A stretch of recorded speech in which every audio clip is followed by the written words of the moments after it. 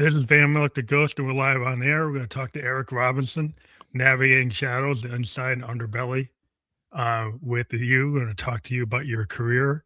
So you have a book, I do. Irreverent, from Yeah. saving souls to chasing sinners in the FBI. And we're going to talk about that. We've got your link up here, so people can check that out. But I want to welcome you to the Family Like the Ghost podcast. We talk to people live. We're live on LinkedIn, YouTube, and Kick. One thing I like to ask before we get to the whole heart of your story is what motivates you and why do you do what you do? Well, right now, what I do is be retired, so the motivation is just getting up in the morning. But spending 24 years in the FBI, uh, it, it it was a noble experience, getting to be part of a storied institution. So once I got in, there was already that mentality and morale. There was the atmosphere in the FBI of we do things excellently, we do it right, we Mhm. follow the laws, and we help people. And it's easy to want to be a part of that, especially since the people that I worked with in the FBI were so professional, competent, and they were the best people that I'd ever met. So get up each day and you've got a noble purpose and you're working with great people. That's an easy thing to have a purpose for. So, what made you want to go from being a reverend to being in the FBI? Was there some kind of critical thing that happened where you felt like, well, I need to be in this organization? Yeah, there was. I mean, for one thing, I've had people ask me like, "Why join the FBI?" And I think, well, that's just a silly question because it's cool. Who doesn't who doesn't think I had related to my book, my one of my copy editors was saying, "Hey, you don't explain why you got in the FBI." And I said, "It's because it's cool." And she said, "Well, yeah, my husband, I don't think would want to be in the FBI." And I said, "Oh, but did you ask him?" And then she comes back later, is like, "Yeah, he said it would be cool." But for me specifically, I spent about 12 years in Christian ministry. I was pastoring a Baptist church in Western New York. And we had a church of outreach, which was great. We were successful. We're reaching people. But the issue for me was as those people were bringing their problems and asking me to help deal with those, I found it impossible to separate myself from their burdens, which was a, a bug of mine. I didn't have anything different than other pastors had. I just couldn't let go of those things, which resulted in me having stress related headaches every single day for 2 years. Mm. So it came to a point where even though I enjoyed what I was doing, I found purpose in it. I thought we were successful too. I told my wife, I've got to find a job with less stress, and so I joined the FBI. Oh, it would seem that would be stressful too, but I guess it was a different type of stress. Different type, yeah. So, what are unique qualities it takes to be a good FBI agent in your mind? So the difference with the FBI versus police is police get called to a scene, they deal with something, they turn it over, maybe they bring some charges and they're rolling through issues. In the FBI, we work long-term investigations, enterprise investigations. And so number 1, there has to be a tenacity to continue. It's it's like the difference between playing the NFL and playing in Major League Baseball. Mhm. 162 games, you got to stick with it for a long time and keep that focus. And also, there needs to be a creativity because as you're trying to not just find the depth of an organization and root people out, you're trying to find the breadth as well. And so I found that collaborating with colleagues, coming to them saying, "Hey, you have any ideas on this? I'm stumped here." Or just knowing that as I've got these 4, 5, 6 investigations I'm working and my partner has those too, I'm hearing what they're looking at, their subjects, getting familiar with their cases, and then maybe saying, "Hey, I've got an informant that might be useful, might be able to get in on this guy," and then, start working together in creative ways that way. It seems like it's more like root cause analysis, and you're doing a deeper like analysis. It's like almost like the behavioral science aspect of things. A Because I know little bit. there's a whole science like division that's like different aspect. But do you guys all kind of move more like it seems more that you're taking on like a level of depth that seems to be more professional. Not that the police aren't professional, but you're Right. going into a level, it seems like, yeah, that's like a master's degree, PhD going direction. Yeah, absolutely. And again, like with the police, my brother-in-law was a cop, and obviously we worked a lot with cops. Their mandate is to police. So guy sees somebody else or has an informant who can make a drug buy, they make the buy, bust the guy, and they probably end there.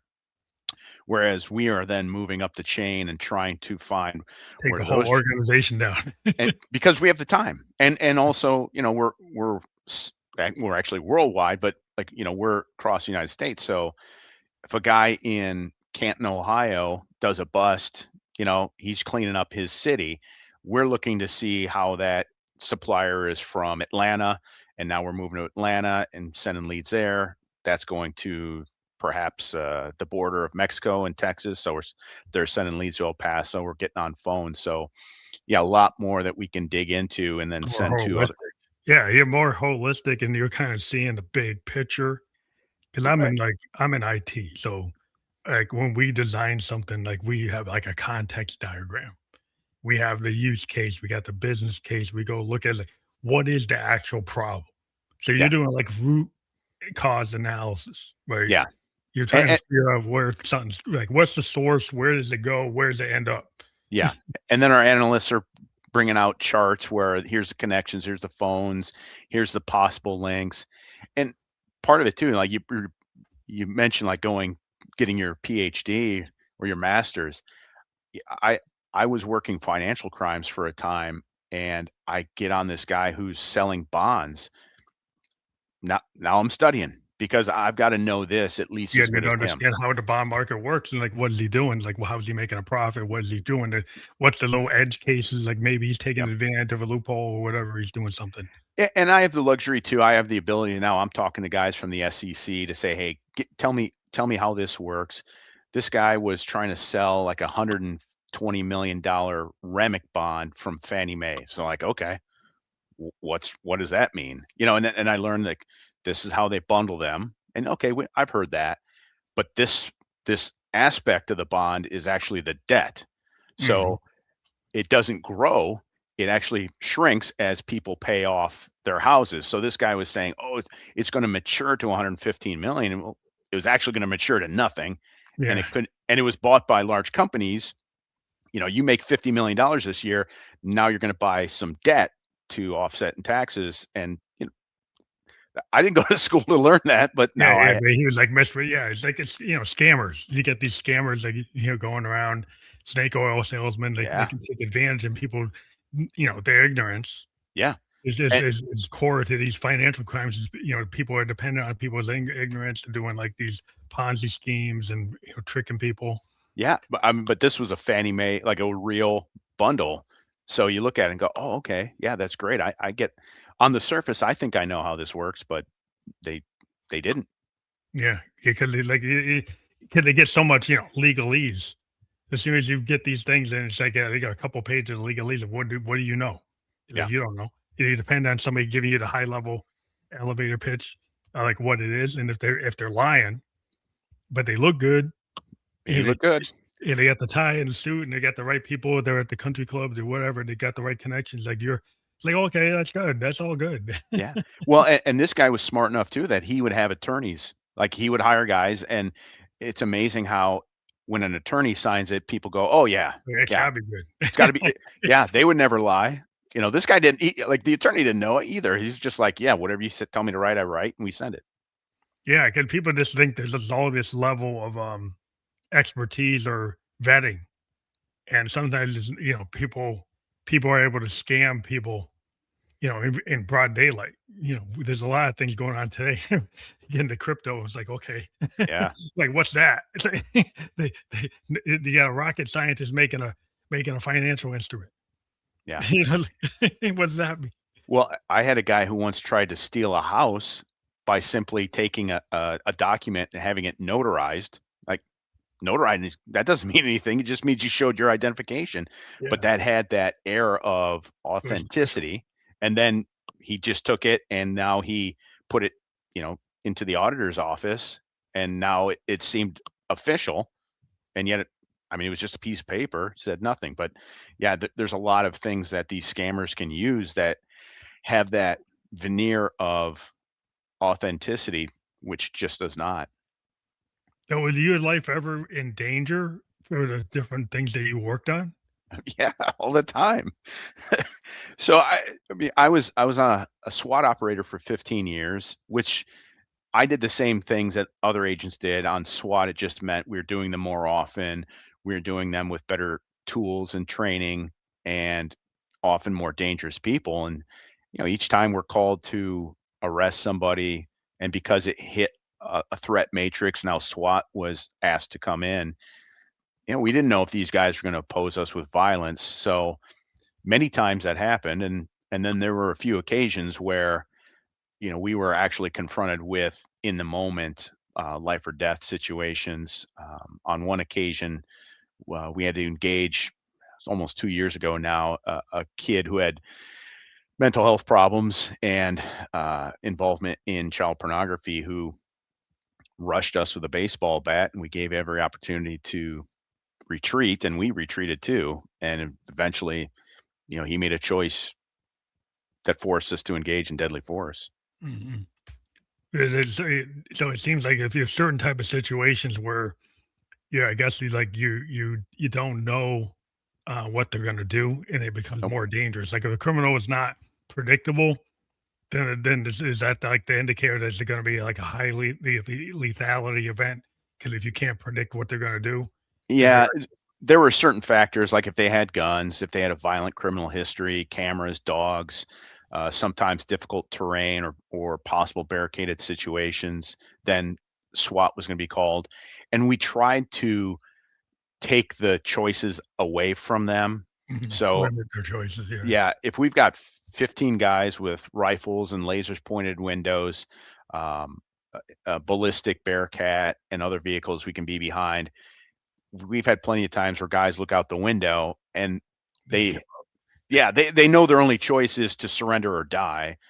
Maybe they wound one of us, but then they're gonna get killed. So, because of that massive showing, it's yeah. much safer because they're like, "What can I do?" Because you guys have like a strategic level, then a tactical level, and then if you take away their choices, then they got only a couple. Now, unless they're crazy, Right, right. right? So you're thinking like, okay, well, this guy's like wants suicide by cop or FBI, then he's gonna go that way. But Well, if this guy is like more rational, maybe he was not gonna go that way. right, and that's why, with some of these, sex predators, some of the, guys involved in child pornography, they started getting bumped up on the threat level because they knew what was waiting for them. They're, you know, possibly gonna try to have suicide by cop. They might shoot it out, see what they can get because Yeah, they because they're knew. gonna get hurt if they go in. They're gonna get torn up. Yep, absolutely. And so it was kind of a all or nothing scenario for them, and because of that, now SWAT was being called in more often for these guys. That's interesting because depending on the type of criminal, because like you're talking about financial criminals, you got these sexual predators, you got the famous like serial type killers that the FBI is known for going after, and then you got terrorists. Yeah. You got domestic terrorists, you got foreign terrorists. Yep. Um, and so yeah, what level of terrorist type of criminals have you dealt with? All of them. A lot of the so in the FBI, we would refer to them as racially motivated violent extremists. So put into a category of, here's guys who are white supremacists. Here's guys who are anti-authority or anti-government. Here's people who are motivated by Islam or another religion. And when you have God telling you what's right, Yeah, that's a strong motivation, yeah, they're all off the hook. right? They get like random, like what are they gonna do? You Yeah, get like Muhammad Ali that's gonna take a plane to a building, yeah, and the other absolutely. guys are gonna go, like a Ruby Ridge, or they're gonna be like the Branch Davidians, or, they're gonna go do something crazy, like or Heaven's Gate. People are gonna like Jonestown type of people, where they're gonna do stuff like that. Right, and, one of my last SWAT operations, we had some kids up in Detroit who were looking to bring violence, and they had a code that it was gonna go down on Halloween, and Mhm. so, we were one of the many teams along with the hostage rescue team staged.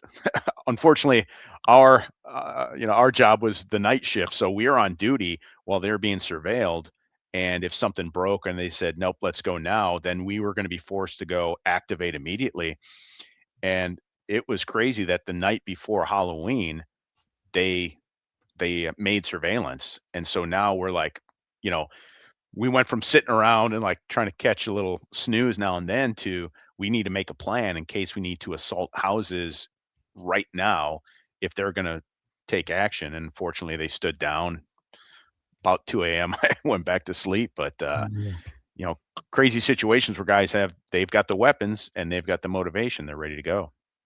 Yeah, 'cause, like, so how much of this, like, work now is, like, reading people, like, getting the information off of social media, Yeah, get information from, like, intercepts from, like, telephone, text, stuff like that, which I probably don't wanna get into proprietary stuff, but it seems like given the way the tech is today, um, are these guys using encrypted stuff? Is it yeah. harder to find them?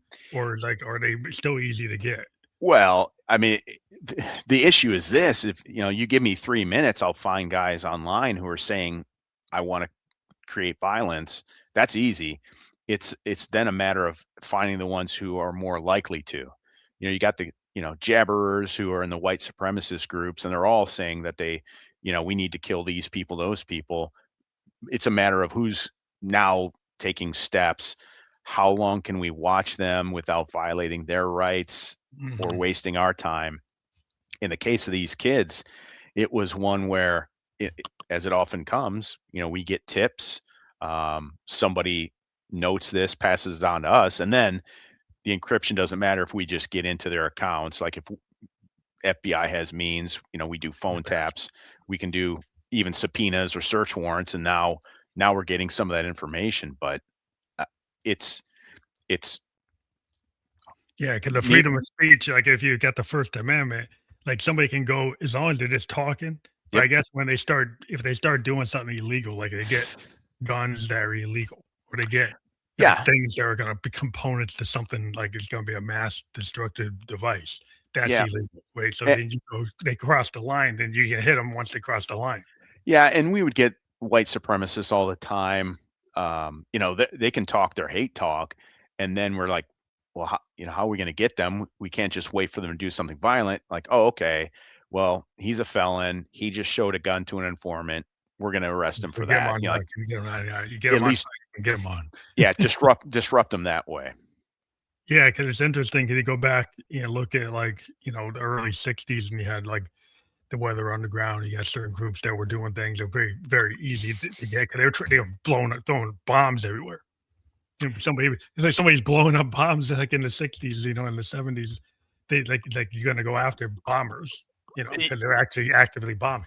Yeah, and then the FBI just sets aside the Constitution to try to find them and does search warrants. Well, does searches without warrants and taps without And then warrants they got too. in trouble, then you get yeah, 'cause they're pretty obvious, but you still went and did something you didn't need to do if they're so obvious.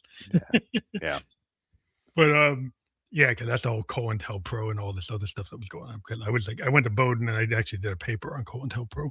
But, that's interesting. Like what's going on with current events as a former agent? Like, what do you feel about what's going on today? If you want to talk about that. Uh, there's a lot going on today. I'll tell you. I mean, without knowing specifically like what you're referencing, I'll give you like just a basic temperature of the FBI.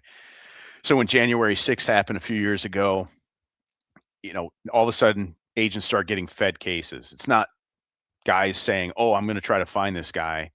Headquarters then has a unit. They say, "Here's a guy. Here's a report. Somebody called in a tip, said this guy might be there." And then we're spending time looking through videotape and so much work for eventually getting, maybe the guy gets 6 months. You're like, I worked on this case for 8 months and now he gets 6 months, or they Mhm. get some misdemeanor, and nobody was excited about it, but we were doing our jobs. And then the president just dismisses all the charges and people just kind of shrug and move forward. Yeah, 'cause it seems like if somebody's a criminal, then they're a criminal. Yeah. And it's like when it becomes like political to say, well, certain people, if they do something, they're not criminal, and this other person does the same exact same thing, they are criminal. So that's the kind of gets toward like, well, how does that make somebody feel when they're in law enforcement when people are making choices when there is the law? Yeah. Like if there's a law that says X is against the law, it shouldn't Yeah. matter like who does it, right? If X is against the law, it's against the law. Well, there's always going to be situations where I come in and I say, "Hey, man, this guy broke the law," and the prosecutor says, "Yeah, however, that's going to be a hard one to prove in court." E- they and I came to understand, of course, that the prosecutors can't take cases that have a likelihood of going to trial because they only have so many bodies. Trial's gonna tie tie them up for a month. It's so and so they I get that, I understand it. And then there's times you bring, "Hey, here's 10 guys that I want to indict, and I can prove that they all broke the law," and they come back with, "Well, we're gonna take 7 of them." And now you're left with knowing for certainty, here's guys who broke the law. And they're These still guys are out. and they're just It is walking out away. there. Yeah, That it seems like there's a level of like I guess the prosecutors they get to be somewhat political. So they make choices that maybe like if you're a line soldier on the FBI and you see somebody is like that guy's a threat. yeah, But this guy makes some kind of diplomatic political decision and decides and you might think this guy's a real threat. yeah. Yeah. You know, because like you get sometimes you get these informants and they're actually still killing people, you know. And you're My like, mine didn't. Mine didn't. but there are cases where they're kind of in the public where you had like informants that were actually actively doing stuff. Yeah. But I guess they were valuable for a certain degree, but they're actually still threatening the public. And it's like, Well, and so because of that, then we bring in now there's reform, and so there's regular attorney general guidelines that we read to our informants as if that's going to make a difference. Like just reading guidelines will make them do something or not. And there's regular reviews. So the FBI had abuses, and of course, then the response is okay. We're going to put more standards on this, and now we got to take this online class that talks about this and I before I retired, I told everybody it's my goal to someday do something so wrong that you guys will always remember me because you have to take a yearly class for how I screwed up. it's just interesting. Like there's just so much, you could come into thinking, something's black and white. But as you get older in this world, as you go along, there's all these gray areas, Yeah. and people make decisions. It's like, oh, it's the least of a bad decision. It's like the least worst decision out of all the bad decisions I got to make. Do Yeah. you find that that was happening a lot, or did you feel good about what was going on?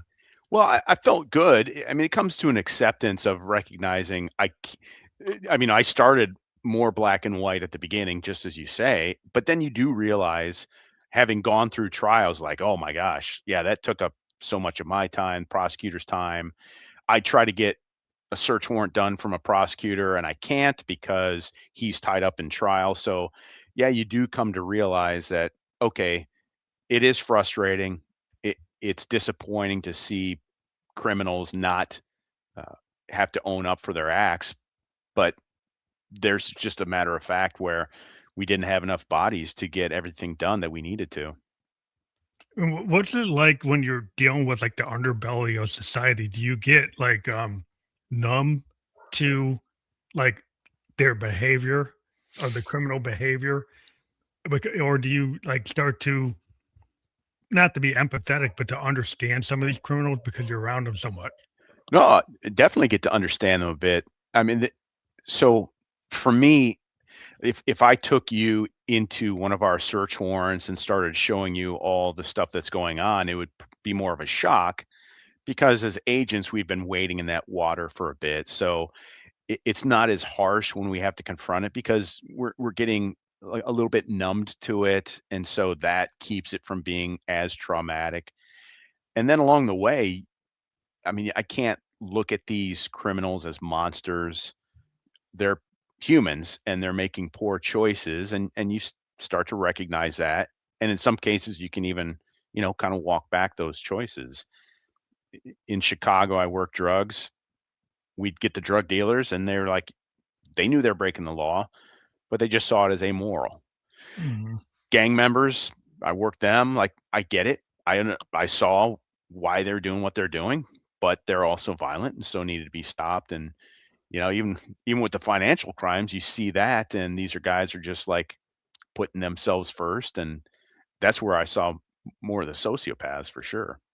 That's interesting because, like, did you feel like because some folks might like, "Well, the serial killer, they're the threat," and they are, Yeah, well, yeah, but, like, if we have a financial criminal, like, maybe destroys, like, a couple 100,000, like, homeowners, right? yeah, Like, it destroys their lives, and then people look at it, that's white collar crime, and they kinda go to a country club prison, but they actually destroy people's lives. People might have committed suicide, people might have just got their whole lives wrecked, yeah. and very destructive to society.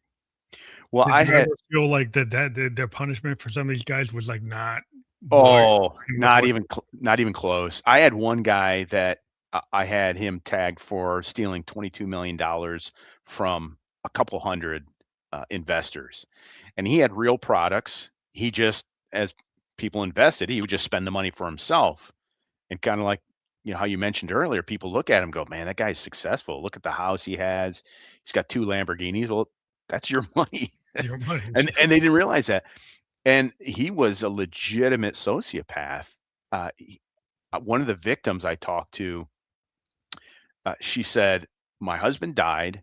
And so I took the little bit of life insurance and I invested that with this guy because I have a disabled son and I'm looking to get long-term care.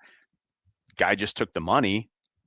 And as she was crying and begging, for refund, for help, he's like, don't worry. Next round it's going to come in. And he would just lie, and it didn't affect him at all. Mhm. Those guys were the worst. I hated them the most. Yeah, and it seems like they don't get the level of punishment because, "Oh, that's financial." Yeah. Well, But this guy, financial is very destructive. yeah, this guy I was looking, we could have, and we never would have, but he could have gotten life in prison with all the enhancements. But I was expecting somewhere between 12 and 15 years, and prosecutors come back and they say, "Hey, we're going to offer him 5.5 years." And I thought, "Oh my gosh!" And this is the terror. Like, this case, he pushed the case in trial longer than that. And then the crazy thing is, he goes in, COVID comes, and he ends up spending like 9 months because he gets compassionate relief because of COVID. Oh, Because jeez. it's white collar. He's not a Yeah, threat. white collar is like to me, it's like it's not. I think society needs to look at it, the amount of damage it's done. Yeah, Because when you look at the damage that's done and you really analyze it, because I was a sociology major, it's like I would really kind of push the point that this criminal behavior is very destructive to our economy, right? yeah.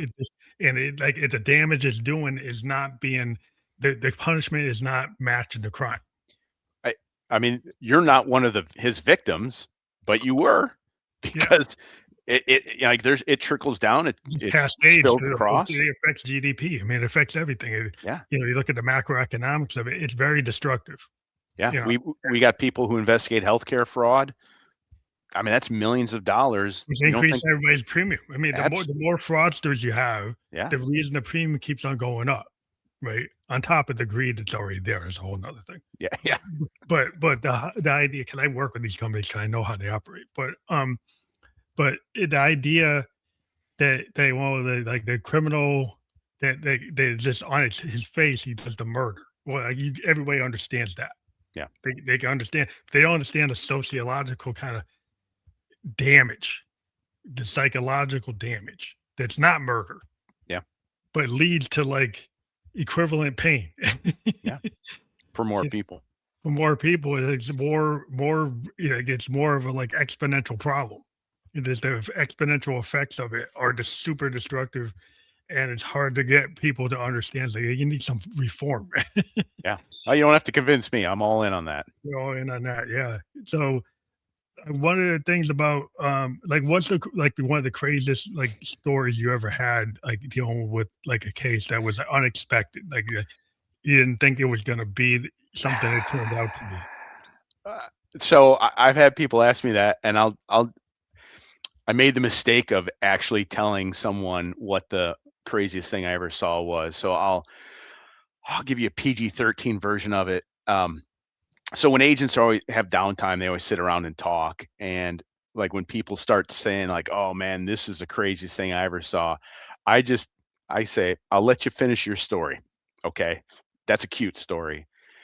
We had one with a guy who was distributing child pornography. We do a search warrant at his house. I come upon a backpack, and I see rags and tape and plastic bags, and I'm like, "Oh man, this is this guy's go bag that he uses to offend in person."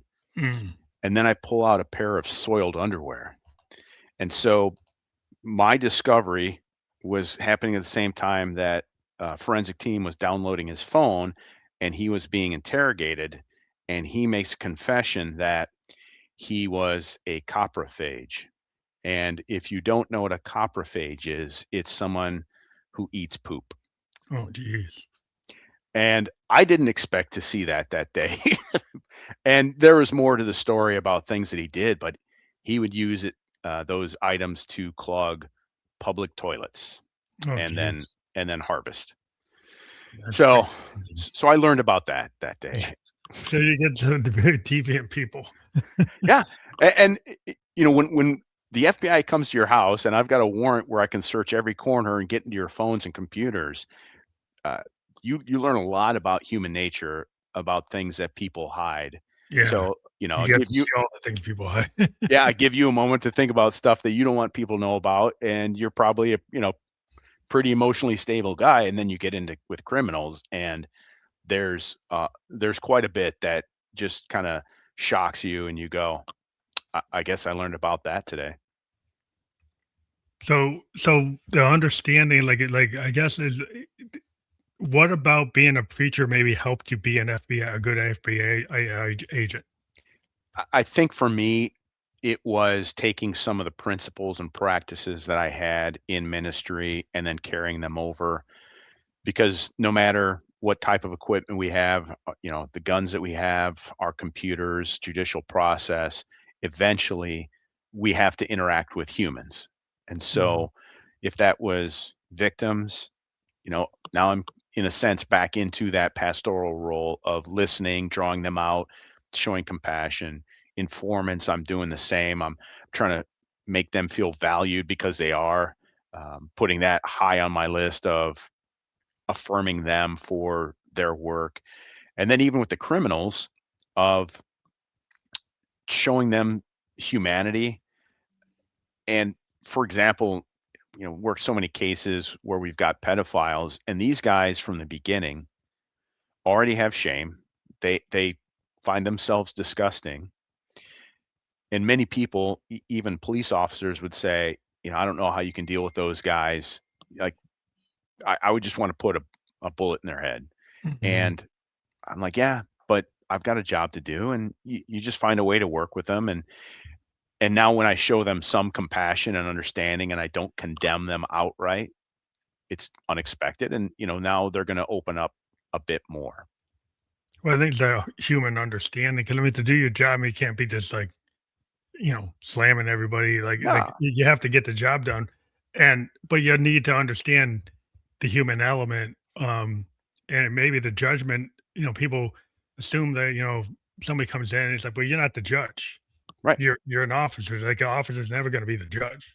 right. That you don't. That's not your job. My job is to get the evidence, and if I want to if I want to harm them the most, I am going to get them to give me more evidence. So Bring if the I case. come, yeah, coming in slamming guys, yelling at them, screaming, like I can play bad cop. Bad cop's easy. I've done that a few times. Like there's dudes who's got their butt kicked and they had to have it happen. But I don't want to start there. I want to start in a place where you're going to feel comfortable and start telling me things you shouldn't be telling me. Mhm. And what like, I was reading about that you like to use humor. I guess your book is gonna have a collection of, like, humorous, like, moments, but does humor actually help, like, when you're in this kinda job just to be able to get through the day? Yeah. So there's getting through the day. There's there's dark humor. There's things that if the public saw, they'd wince at. Like, but that's how people are trying to deal with dark situations. And I worked with teen prostitutes, and I remember one of my first encounters where my partner Laura had been working these cases for a while. She brings me in. We're trying to get through to this 15-year-old runaway who's prostituting, and Laura is a sweet person, totally kind and wanting to help this girl, and all she's getting back is obstinance. Eh, Mhm. So here we've got this taciturn, 15-year-old, and now I'm using humor to break in with her to show her like we're not just police. Yeah, We're not just a people too. man kinda Yeah. break her down. Just like, yeah, 'cause they probably had to put up the mask, like a girl like that, she's gotta put up the bravado because she's probably really hurt, you Well, know?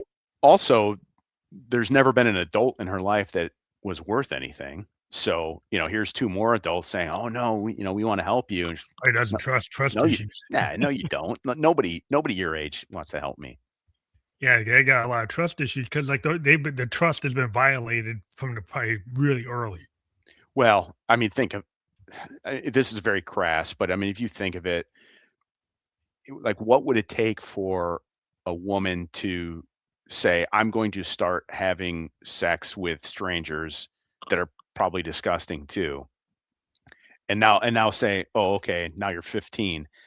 That's a tremendous threshold to have to step across, and yet they're willing to do it. So they are either very, very desperate and they are already broken. Like they've had things happen to them where they say, "I'm useless anyway." That's Yeah. I can Their walk through that. family situation got broken in the family usually. Yeah. That's usually the root cause is, like, in their family situation, they were traumatized. Yep. Uh, Yeah. and so do you end up a lot of times with these young kids, like the runaways and the people in the sex trafficking, it's because they're like the families have abandoned them. And then how do you get them in the system to like, is the system really gonna support them or does it not really give them any support? Well, so you ask a question that was our dilemma every time, because we could find the girls and we could arrest the pimps. And then I remember the first time like this is happening, like we're doing this hotel operation. Our undercover targets a prostitute that he thinks might be underage. She comes in, she is. Boom, we get her, we get the guy, and then I go, hell, what do we do now? Because now you've got, I mean, she's a victim. Like, yeah, she broke the law, with prostitution, but we don't want to charge her. But now what do we do? Because she's not going to live in my basement. Yeah, We're not going to put her up in a hotel. We send her back to the foster family. She's just going to run away again, and yeah. that's the difficulty where we worked best when we had these NGOs, these non-governmental organizations that now Actually could step in. could help them. They actually could actually had a process that could help these girls or these young boys. Because, Yeah, that's the problem is, like, if you just look at it from a law point of view, yeah, but you don't think about the sociological, psychological point of view, the law is gonna do X. It's gonna boom, find the crime, charge the crime, prosecute the crime, deal with it. clean cut. But it's not gonna deal with the softer stuff. Yeah, the necessary things like, and so here's this 35-year-old woman who was a sex worker herself, so she can talk the talk. She said, "I've been there, but here's my foundation. We've got 5 beds. You're welcome to stay here." And now you've got the guardian ad litem, who's their attorney representing them in juvenile court, coming and Mm, helping. And now, and plus, there's like this mesmerizing factor that comes from the pimp, where their words are just hypnotizing them, and mhm. it takes time for them to get away. Deprogrammed. Yeah, they gotta get deprogrammed, if you're in a cult, like, if you were in Yep. one of the Jonestown, you gotta get deprogrammed, and, any of these girls under these pimps have to get deprogrammed. Yeah. So initially, I'm getting slapped and spit on, and there's snotty tissues in my vehicle because we're taking away the one adult who's ever loved her. And Mm, it's manipulative, and the young girl doesn't realize this. But like this is the one person who looked out for her, she thinks, and it, would take some time, but we gotta keep them safe for that 2-week period, whatever it might Yeah, be. it's like coming off of, like, an addiction. I mean, Absolutely. and they're so I mean, if you're totally been controlled, mind controlled, psychologically, you know, forced to, be dependent on the pimp, just like, addict is dependent on their drug dealer, right? And they can abuse them, make Yeah, them do things, just because like they need that fix. So, like, if they're psychologically in the same kind of scenario, yeah. right? The fix is love. They don't they've never had love, Yeah, or it was meager.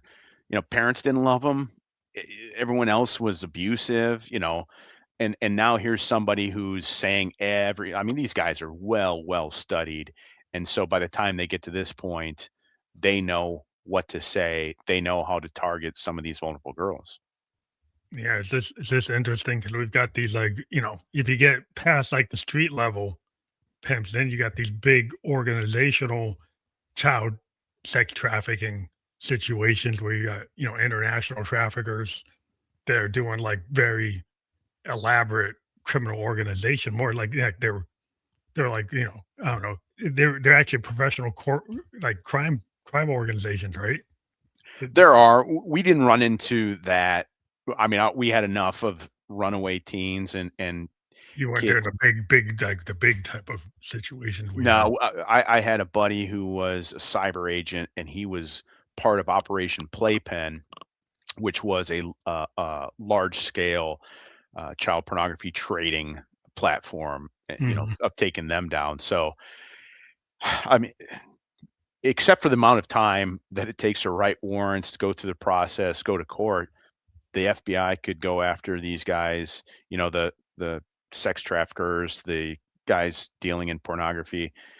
You could do an arrest every day, but we don't Yeah, have the manpower or time there's for it. so much of it going on. It's hard to like. It's just a big floodgate, Oh, right? I had a buddy who works this. Now I had worked it, I moved on to other things, and he was the 12-year-old girl online, or a parent looking to trade where somebody could come and assault his kids. Um, and he had one guy that I helped in the arrest. He's like, I don't want to arrest this guy, but he's so persistent. I'm like, I got to. Yeah, Like he was focusing on somebody else, and this guy just kept saying, "Hey, hey, hey, hey, hey." He's like, "Let's go arrest him." go get them. So, like the with all the different things you looked at, your white collar counterterrorism, drugs, public corruption, like which one was the most like you know, I guess eye opening to you? Like out of all of those things, which ones were the ones that you like really like kind of you know affected you? Well, the crimes against children definitely had an effect. It was smaller scale because we're dealing with like a few victims and one pimp, and we didn't have big takedowns, but they were very weighty. We were doing remarkable things, significant things with one person oftentimes. My first 5 years in the FBI, I was a drug agent in Chicago, and that opened my eyes off the bat. So I'm a new agent, and we were going phone tap after phone tap. So that was very like that was immediately I am now listening in on people's lives and witnessing the power that the FBI has through the judicial process of, what it's like to listen in on people's secret conversations, and then constantly out on surveillance and picking up guys that way. So those first years, I learned a lot quickly, um, in all the paperwork we're doing and the manpower it takes to get on a phone tap. So as phone taps has it gone? I would think phone taps are that's like maybe old tech. Now you probably have like I don't know like text taps. So all of it is judicial. Hmm. So it's not that the FBI has a special technology to get them. The way that we work is, I forget the year, but all phone carriers have to be CALIA compliant. I forget what the CALIA stands for, but it's, like So enforcement you can get compliant. access to it. So that when we say, "Hey, a judge told us this is okay," So you you can get now it, route everything to and us then you can see all those texts, and all the then time. Yeah. so now with, like, AI, you Uh, guys must be using AI to kinda screen through those texts to get what you want? Man, I'm glad I got out of this time. I'm not gonna You don't know understand that. you don't know what they were doing there? Not today, I would think that they must use it a lot. Oh, it's okay. So you're an IT guy. Yeah, yeah. We were DOS based in our computer system. Do you want to guess what year we turned over to a Like user Windows. interface, a Windows interface? You want to guess what year we turned over? Was that 2010? Oh, you're so generous. No, it was 2012. I mean, I was doing Shift F5 to go to a new page Oh, until jeez. 2012. And so, we had green screen tabbing Oh, over. you're just doing old mainframes. Oh, Oh okay. my gosh, and now the computer system is actually very good. It goes down all the time, but now it's the bureau has learned. So your question about using AI, probably in about 15 years, they'll be there. You guys are still running old school. I'm a COBOL guy. I mean, I used to do a lot of mainframe stuff. I'm up to date with all the cloud stuff now. But like my most of my career was like mainframe stuff. Um, and then we had to deal with government, agencies that had mainframes. They had the Yeah. COBOL stuff. But so I understand the CRTs, like the old green screens, the Oh my orange gosh. screens. Yeah. But When yeah, so ho it must that war must have been interesting. Real quick, when I came into the FBI in 2002 in Chicago with about a thousand employees, there were 5 internet terminals. Oh, wow. But that's old school. That's real old school. Yeah. Yeah, it's interesting 'cause, yeah, the tech world has gotten so crazy now with Yeah. all this, like, all these, like, AI agents and bots and all this stuff that you can do, to the point that people are getting, like, kinda afraid of, like, well, how much actually can you access? Because now you can connect all the cameras that are everywhere. Like, you can get people's Ring cameras, you can get their web cameras, you can get any camera that's open to the net, Yeah. you could get, and then you could go get a warrant and get, like, everything that's going on. Um, Yeah, and as long as the warrant's involved, I feel comfortable because there can always be abusives and lies, but, hey, if a proper agent is honestly saying, "Here, let me do this," probably the most controversial thing that I came across before I retired was the use of the FLOT cameras. mhm. So, I they're they're plate readers on the street, and, I mean, I used them to find bad guys, I didn't use them Yeah, to find ex-girlfriends and yeah, keep yeah, tabs on you're them. trying to find somebody you're trying to get, Yeah, I saw this hot girl and I memorized her plate number, and now can you you know, check out where just she is? yeah, And that was all warrantless. So, I mean, obviously you're in public, so you don't have an expectation of privacy, but it can be abused, of course. It's like anything else. I could abuse using my gun. I could abuse how I work yeah. informants. People just need to be straight. Yeah, it's interesting because, like, when you started to come up with your book, did you ever been an author before? This is the first time? Well, that was the first one. I was getting nearer to retirement, and my wife said, "Oh, you should write a book." And I thought, yeah, but I forgot to write down. I meant to write down stories, but man, as soon as I started at the computer, oh yeah, remember that time? Here we go. All that stuff coming through your Yeah, head. so now I write all about that. There's a chapter. Okay, next. I already know what the next one is. Here we go, and it just flowed. And then I've got notes on my phone for all the other stories that I didn't put in there. But in each case, I'm telling, like, here's a case that I worked or was a significant part of, and then here's an after action review where, looking back, what did we do right? How did we screw it up? How did this succeed in the first place? And maybe throw a couple more vignettes of related stories to these ones we just discussed. Do you think you would ever do, like, an audiobook for that? Oh, absolutely. So my wife's company, Weaving Influence, has been around 14 years, and they market authors. And that's why my wife was saying, "Hey, I think you'd do well." And they recently started publishing as well. And so now I'm talking to my wife about the audiobook, and I said, obviously I'm going to read it, but I've got some ideas. So I think I'd like to get on the phone or bring somebody in. Like, so here's a case that I was a significant part of, but my buddy was a case agent. I'm gonna bring him in. Oh, have him Hey, talk too. give me 5 minutes, give me 4 minutes of like your experience. Oh, that's I, cool. oh Yeah, yeah, it's cool. yeah, Here, definitely. here's where the topper came. I was driving back from Ann Arbor yesterday, and as we're driving back, we pass the Federal Correctional Institute in Milan, Michigan, where Yahya Farouk Muhammad is housed. And Mm, he was a terrorist who was funding Anwar al-Awlaki, and then we caught him trying to get a hitman to kill his judge. mm. Huge case, got awards for it. And I tell the wife, like, oh my gosh, what if I could have him give me Oh, his wow. side of it?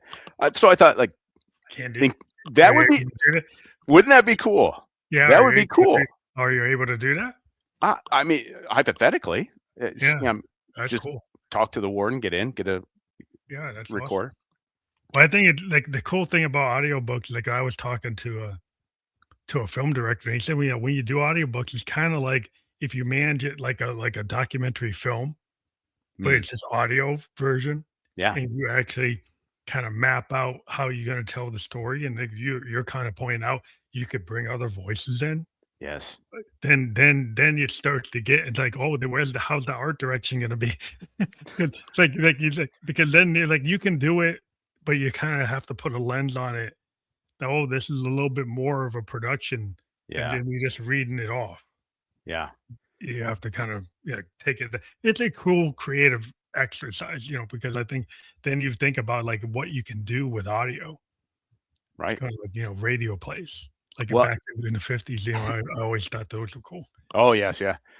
So the whole idea of like bringing in other guys is, as my wife is trying to manage this, I said, hey, look, audiobook's going to be 16 hours long because I'm just going to be calling up guys while I'm on the audiobook, and we're going to be riffing jokes back and forth. And she's like, you can't do that. That's expensive. And then I thought, oh, but what if I get a guy on the phone and I say, hey, tell me your side of what went on and how you saw this. So uh, I think that'll be interesting. And now I'm trying to think of guys I've arrested that might want to tell about what they did. Yeah, I think you could put it into a documentary kind of audio series, Yeah. and it might extend beyond the book, and you could turn it into like its own kind of audio Look at event, this.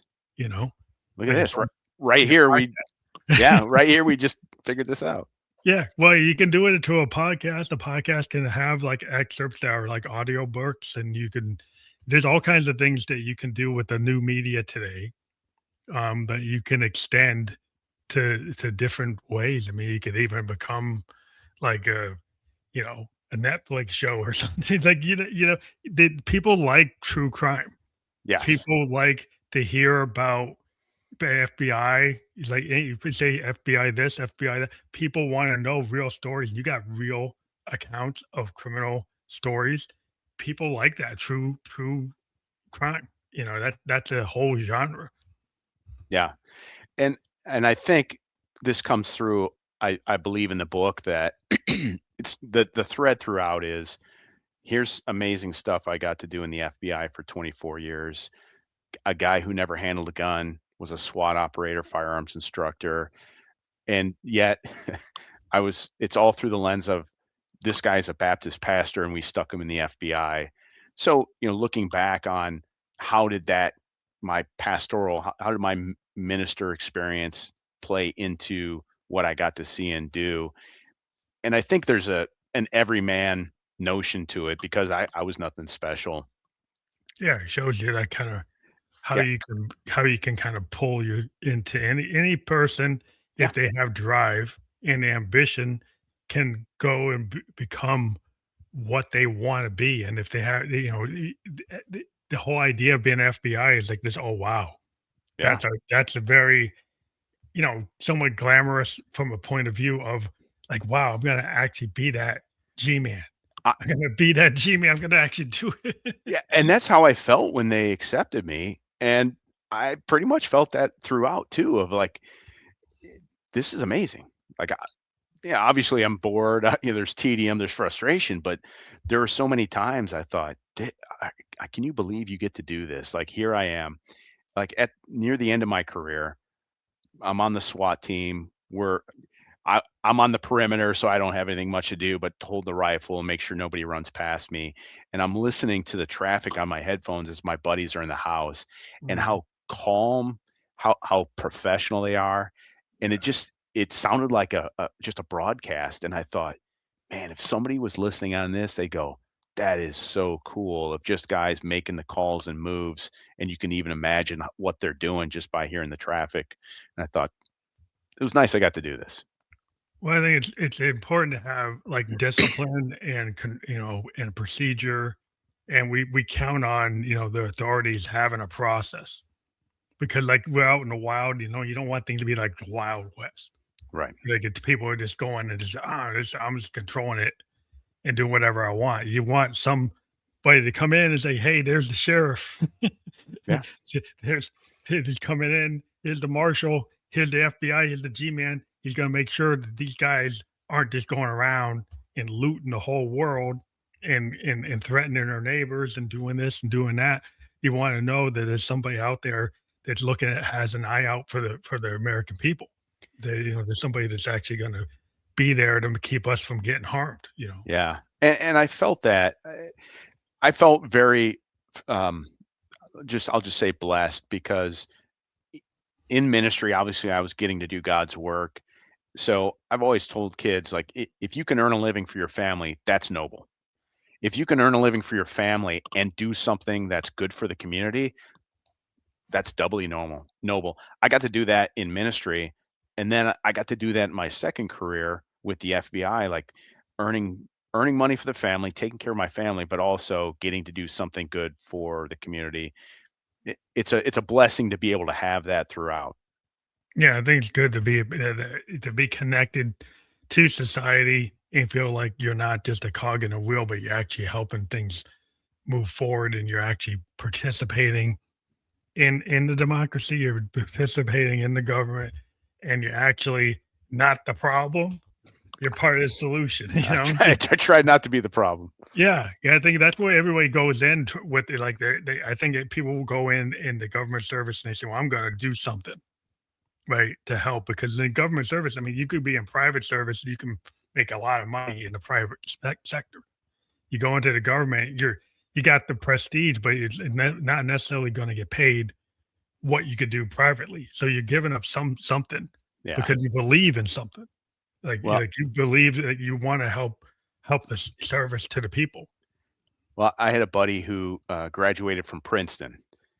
And I went to a state school, and I said, "Well, here we both are." But um, he said, I was looking on Facebook about all my friends from Princeton, and like guys are doing amazing things, and CEOs and doctors and such." And I said, "AJ, you're on the FBI SWAT team. They all wish they could be you." Yeah. 'Cause everybody that, sitting in your corporate cube is like, you might be making that thing, but you're like, you're Yeah, not. People would love, to be FBI, to be an astronaut, you know, to yeah, be somebody like, flying that National Guard Black Hawk or something. Like, yeah, somebody would rather do that if they could. I think a yeah. lot of guys would, and a lot of women would be like, yeah, why can't I get out of the cube and do something like that? Yeah, and it was a great honor. I enjoyed it very much. When people say, "Hey, thank you for your service," I'm like, I was glad to do it. Yeah, I think that's important because I think it's that people need to understand, especially some folks that today might not be so into community, but it's like I think community is super important. But I want to thank you for being here today. It always goes by quicker than we ever imagined, but I do have the QR code up there, so it goes right to your preacher to breacher.com. And so if people go to that QR code, that's where they can find everything about you. Yes, they can. Well, not everything. I try to keep a few Right. things. Everything that you want to Yeah, promote. exactly, and they can follow along. The book will be out in the fall. Unfortunately, some paying customers jumped the line ahead of me, so my wife's company's got to take care of them first. But we'll have the book out in the fall. Right now, it's in the hands of the FBI as they make Oh, they sure are I'm not. reviewing. I was wondering about that. They Yeah, probably try to clear it, right? yeah. I didn't put anything in there. It's going to embarrass them. It embarrasses me more than them. That's cool. Like I look forward to that coming out. And we always have people come back on the show.